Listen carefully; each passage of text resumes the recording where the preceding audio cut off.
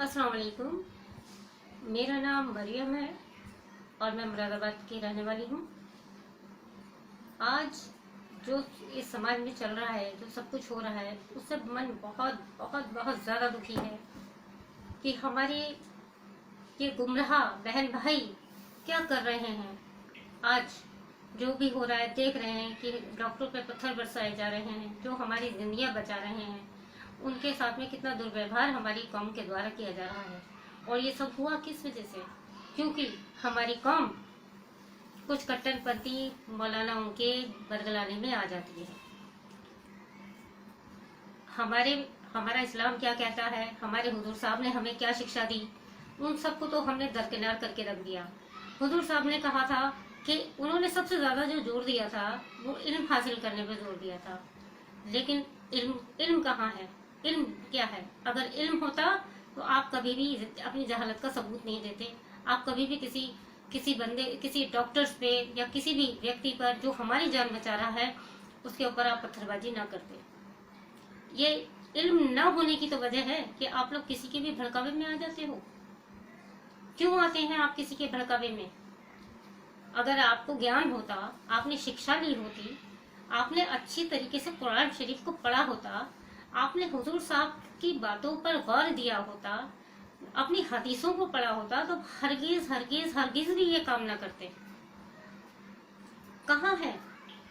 क्या हमारे हुजूर साहब ने नहीं कहा कि अपने मुल्क से, अपने वतन से मोहब्बत आधा ईमान है?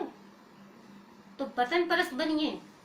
आपके किसी भी जुमले से, एक भी जुमले से वतन फरोशी की बू नहीं आनी चाहिए, वतन परस्ती की बू आनी चाहिए। राष्ट्र धर्म का पालन होना चाहिए, हर व्यक्ति को करना चाहिए, क्योंकि उस ऊपर वाले का, उस मालिक कायनात का हमें बार बार शुक्रिया अदा करना चाहिए कि उसने हमें इस अजीम मुल्क में पैदा किया, क्योंकि ये हमारे रब की मर्जी थी कि हम इस मुल्क में पैदा हुए, वरना वो हमें कहीं पर भी फेंक सकता था। हमने यहाँ पर जन्म लिया है तो हमें हिंदुस्तान की ही बात करनी है, क्योंकि हम यहीं पले बड़े हुए, यहीं का खाते हैं, यहीं का पीते हैं, यहीं पर हम जवान हुए, यहीं पर हमारे कारोबार है, सब कुछ यहीं पर तो है। यहाँ प्यार, हमारी गंगा जमनी तहजीब है, हमारा हिंदुस्तान मुल्क, यहाँ सब लोग मिलजुल कर रहते हैं। लेकिन फसाद कहाँ होते हैं? जहाँ पर सियासत आ जाती है, या यहाँ पर लोग हिंदू मुस्लिम को कितने प्यार से, अगर आप देखें आम जिंदगी के अंदर देखें तो सब लोग बेपनाह मोहब्बत से रह रहे हैं। और रही बात इस्लाम की, इस्लाम तो इतना प्यारा मजहब है, इस्लाम मोहब्बत का मजहब है, इस्लाम अखलाक का मजहब है, और इस्लाम जो है वो इसी प्यार मोहब्बत का दूसरा नाम है, जिसको हम लोगों ने आज मानने से इनकार कर दिया है। और पता नहीं हमारे जहनों में क्या हो गया है कि हम क्यों कट्टरपंथी मौलानाओं की बात पर लब्बैक कहते हैं, जो कि खुद अपनी कही हुई बातों पर अमल नहीं करते। अगर आपको लब्बैक कहने ही है तो हिंदुस्तान के बादशाह की बात पर लब्बैक कहो ना, जिनकी नस नस में राष्ट्रवाद है, जिनकी नस नस में हिंदुस्तान बसता है, उस बादशाह के पीछे, उस बादशाह की हर बात पे लब्बैक कहो। देखो, बातें बहुत बड़ी है, विषय बहुत लंबा है, और आप भी जानते हैं, हम भी जानते हैं। सिर्फ टोपी पहन लेने को, ऊंचा पजामा पहन लेने को, या गोश्त खा लेने को मुसलमान नहीं कहा जा सकता। मुसलमान तो एक अलग ही चीज होती है, अलग ही उसका मयार है, उसका एक कद है। एक असली जो ईमान वाला मुसलमान है, उसके तो कहने ही क्या है, सब जानते हैं, सब इज्जत करते हैं। लेकिन आप लोग गुमराही के रास्ते पे आगे बढ़ रहे हो। आप इस्लाम के रास्ते पे आगे नहीं बढ़ रहे, आप गुमराही के रास्ते पे आगे बढ़ रहे हैं, गुमराह हो रहे हैं।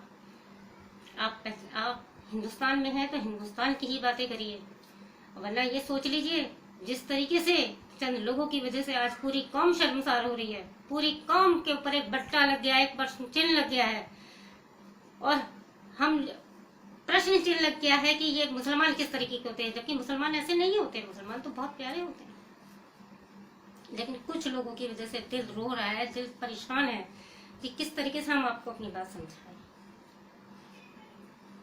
किस तरीके से हम अपने जज्बों का इजहार आप लोगों से करें कि भाई इस तरीके से मत करो, मत करो, मत करो। ये दंगा फसाद ये फैलाना एक मुसलमान का काम नहीं है। ये उन कट्टरपंथी मौलानाओं की बातों में मत आइए जिन्हें विदेशों से फंडिंग होती है। یہ دشمن ہیں ہمارے، سبھی نہیں، کچھ لوگوں کی بات کر رہی ہوں، کچھ لوگوں کی بات کر رہی ہوں کہ یہ لوگ اسلام کے نہیں ہیں، آپس میں بھڑوانے کا کام کرتے ہیں۔ اور آپ لوگوں کو ہو کیا گیا؟ جس طریقے سے ہماری ساری آج دنیا میں تھوتو ہو رہی ہے، رسوائی ہو رہی ہے، کیا آپ یہ چاہتے ہیں کہ آخرت میں بھی آپ کو کوئی ٹھکانہ نہ ملے؟